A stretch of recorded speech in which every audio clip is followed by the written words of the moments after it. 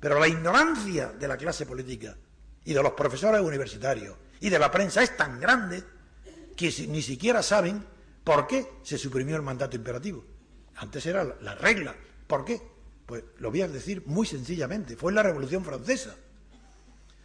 Primero, el rey Luis XVI convoca estados generales para consultar en las provincias y en los estados franceses una reforma de la ley de los impuestos, para, como siempre, a sacarle más dinero.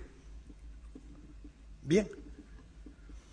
Y convoca a las tres órdenes que estaban separadas, lo que se llamó el tercer estado, que era la burguesía, más la nobleza y la iglesia.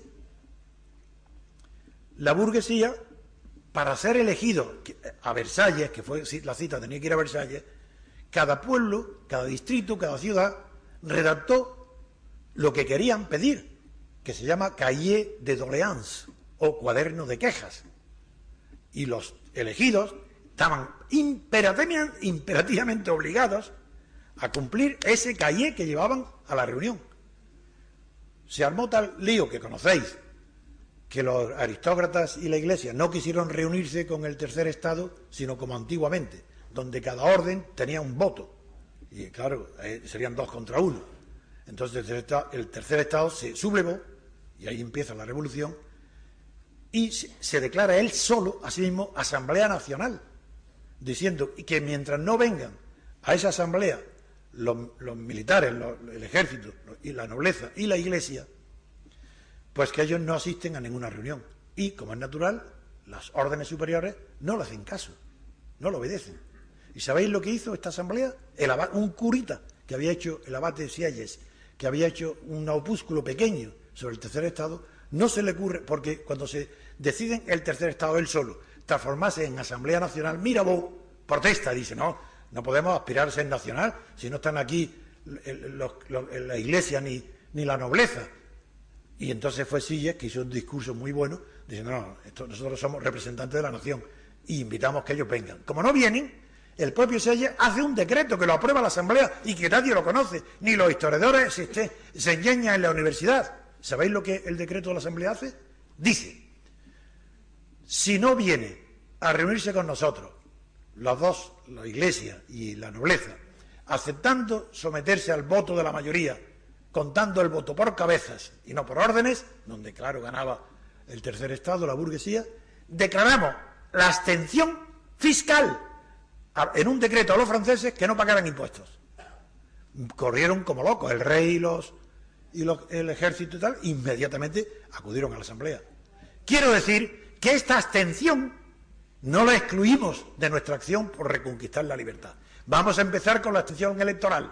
La vamos a llevar a unas consecuencias sistemáticas insospechadas.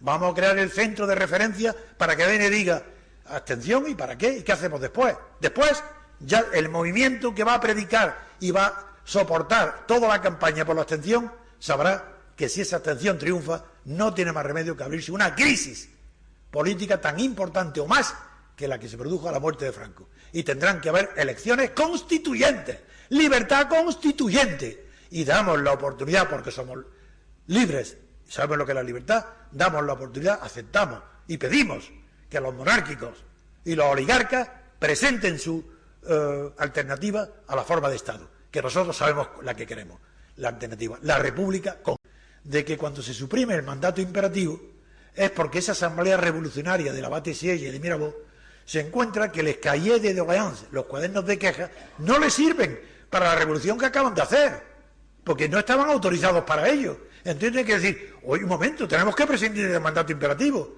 porque si no, no podemos declarar la Asamblea Nacional ni hacernos revolucionarios.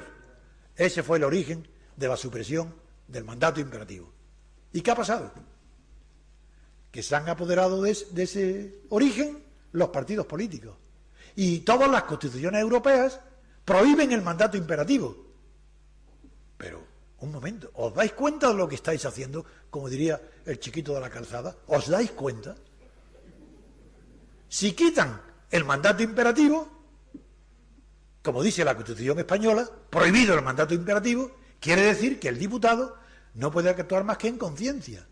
Entonces, ¿por qué todas las leyes, sin excepción, que ha hecho España y Europa, pero hablo de España, en las Cortes han salido bajo el mandato imperativo, es decir, las órdenes dadas por los subjefes de cada partido, los segundos, los blancos, los guerras, los que sean, al grupo parlamentario para que voten en el sentido que ellos dicen, con absoluta ceguera y obediencia al mandato imperativo.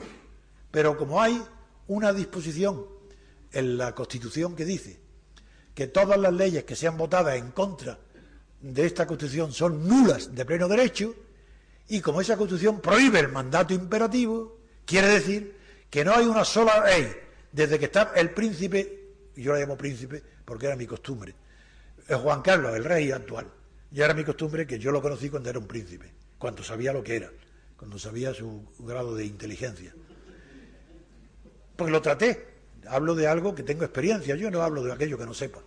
Bueno, pues ahora ese mandato imperativo sirve para anular todas las leyes. Digo, no servirá para nada, os lo digo como jurista, no hay una sola ley en 30 años que sea válida, todas son nulas, porque todos han votado con el mandato de los partidos a sus diputados, prohibido por la Constitución.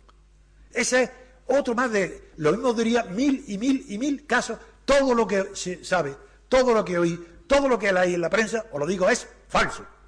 No es que sea erróneo, el error es una maravilla, equivocarse es fantástico, es señal que estás buscando, algo estás haciendo, te estás acercando a la verdad, del error se puede salir, lo que no se puede salir es de la confusión interesada, de la farsa, y estamos viviendo una farsa de la que nadie quiere salir, porque para poder salir de esa farsa tenía que empezarse por reconocer que esa farsa la provoca la ausencia de instituciones representativas en España y que la monarquía no es la solución y que mientras que exista esa monarquía de partidos no hay la menor esperanza ninguna de que España recupere, no digo la libertad política, que nunca la ha tenido en su historia, eso no, y no cabe hablar de renacimiento, recuperación o regeneración porque nunca la ha conocido, pero al menos la dignidad, la decencia y el decoro, que los españoles sí sabían lo que era hasta después de la guerra civil lo han perdido, y todavía el español no sabe lo que es vivir con decoro y con decencia.